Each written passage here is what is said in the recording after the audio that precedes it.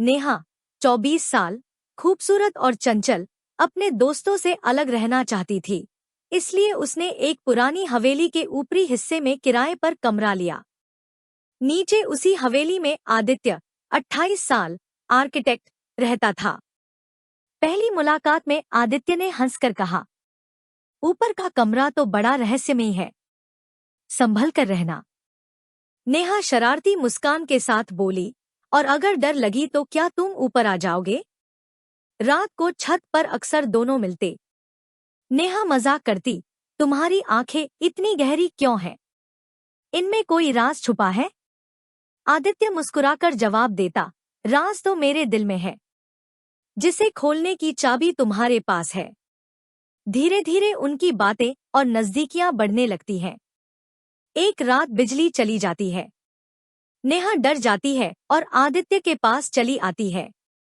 अंधेरे में जब उसका हाथ आदित्य के हाथ से टकराता है तो दोनों की सांसें तेज हो जाती हैं। आदित्य धीरे से कहता है, डर मत, मैं हूं न तुम्हारे साथ। उस पल दोनों की नजरों में एक अजीब खामोशी और चाहत भर जाती है।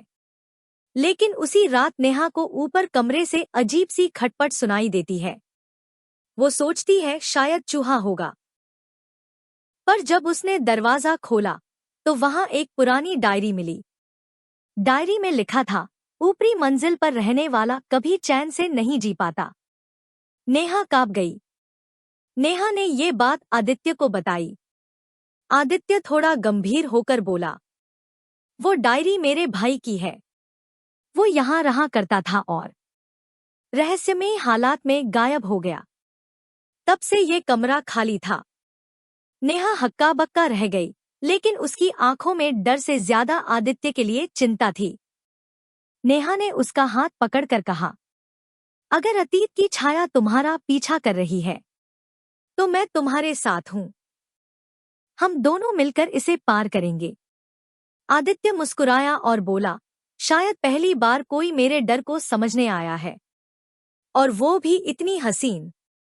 धीरे धीरे हवेली का डर कम होने लगा और उनकी मोहब्बत उस जगह का नया इतिहास लिखने लगी।